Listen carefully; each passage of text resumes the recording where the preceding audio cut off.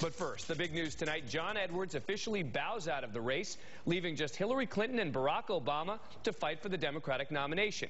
And if you only listen to much of the inside D.C. media, you'd think it could not be closer, a toss-up right now. The problem?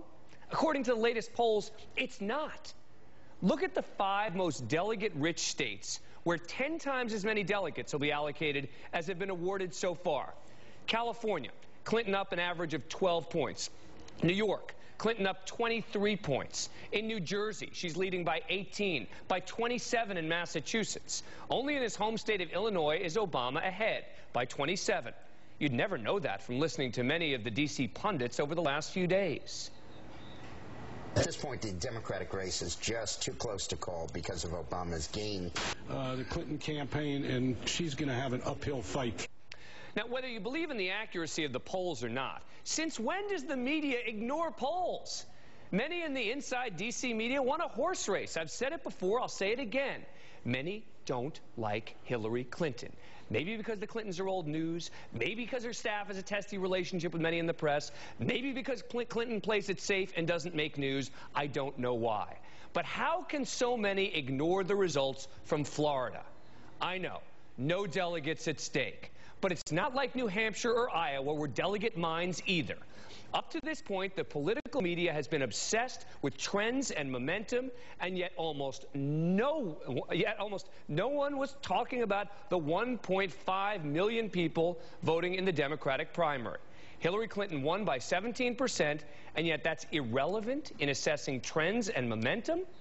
Finally, to those who say that John Edwards was included in the polls and no one knows where his supporters are going to go, it's true, but a poll from AP showed that Clinton was the second choice of 4 in 10 Edwards backers versus just 2.5 in 10 who would pick Obama. I just can't think of any explanation, apart from the media enamored with Obama, to explain the coverage. Listen, here's some of the coverage from last night with regard to Florida.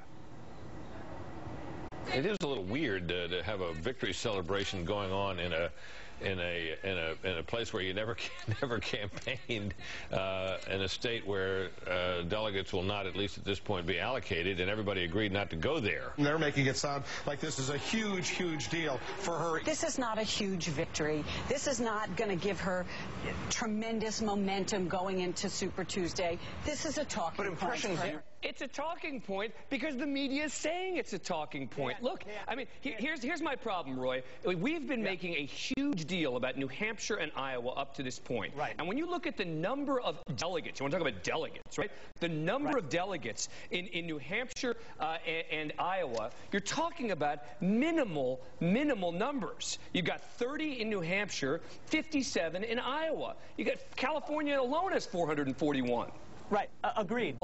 And you've got Barack Obama cruising along like this. That's the interesting trend. But you just went like this. You said Hillary Clinton here and Barack Obama here. Yeah. What it really is Hillary Clinton here and Barack Obama here. Trying to make it. But it's not that close. And that's a great story, isn't it? Isn't that the point? And she's that it's a great steady. media story. We love it. Listen, when you're covering something, whether you're covering it well or whether you're covering it poorly But my concern is that those focuses on momentum and trends have been selective to a point where it's actually favoring Obama in the most important election of my lifetime.